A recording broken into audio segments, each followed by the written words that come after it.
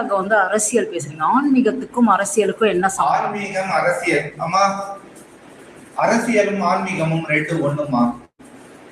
ஆத்ம ஞானத்தை பெற்று இறைவனோட வழிகாட்டல் இருந்து தவசக்திகளை பெற்ற சித்தர்களோட வாழ்த்து அனுகூலம் பெற்று தவசீலர்களாக எப்படி ஆத்ம ஞானத்தின் பக்தி நிலை ஞான சக்தி தவம் யோகம் என்ற சித்தி, அந்த சித்து என்ற சித்து பிறரிடம் கற்றுக்கொண்டு வரவே வராது.